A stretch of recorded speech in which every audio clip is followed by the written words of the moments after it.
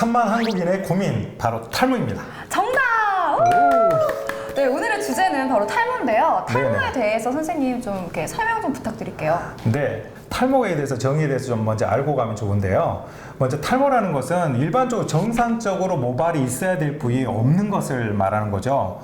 이 탈모에도 종류가 되게 다양하거든요.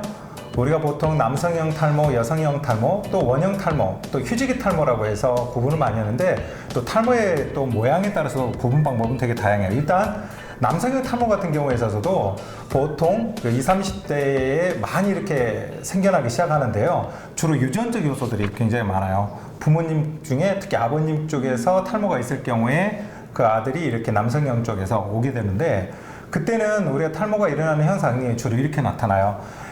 눈썹에서 이마 부위가 약간 넓어지죠. 이렇게 머리가 나는 이 발제 부분에서 약간 뒤로 밀리면서 주로 M자형으로 변한다거나, 아니면 머리 윗 부분에서 머리가 가늘어지면서 탈모 현상이 나타나기 시작하거든요.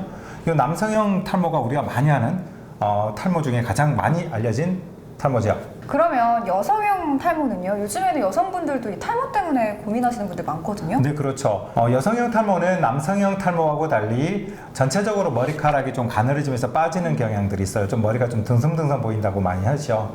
그냥 원형 탈모 같은 경우에서도 저도 겪어봤었거든요. 20대 후반에. 머리가 듬성듬성 이렇게 빠져요. 처음에는 동전 크기만 했다가 점점 500원짜리 이렇게 바뀌어요.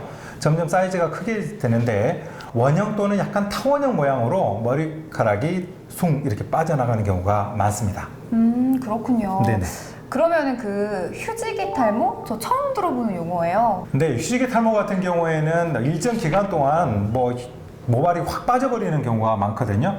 비정상적인 생리 기전이나 몸의 컨디션이 급격하게 떨어졌을 때, 또는 두피 열이 굉장히 심하게 나타났을 때 갑작스럽게 전체적으로 탈모 현상이 일어나는 경우죠. 네, 아까 전에 이제 선생님께서 네네. 남성형 탈모의 원인에 대해서 얘기하실 때 네네. 가족력을 언급하셨어요. 네네네. 근데 그 밖에 일반적으로 탈모가 일어나는 원인에는 어떤 것들이 있는지 궁금해요. 여성형 탈모도 남성형 탈모와 같이 유전적 영향을 받기도 해요. 그러나 일반적으로는 무리한 다이어트를 한다거나, 아니면 임신과 출산, 그리고 극도의 스트레스를 받거나, 아니면 과음이나 흡연을 통해서 일어나기도 하죠.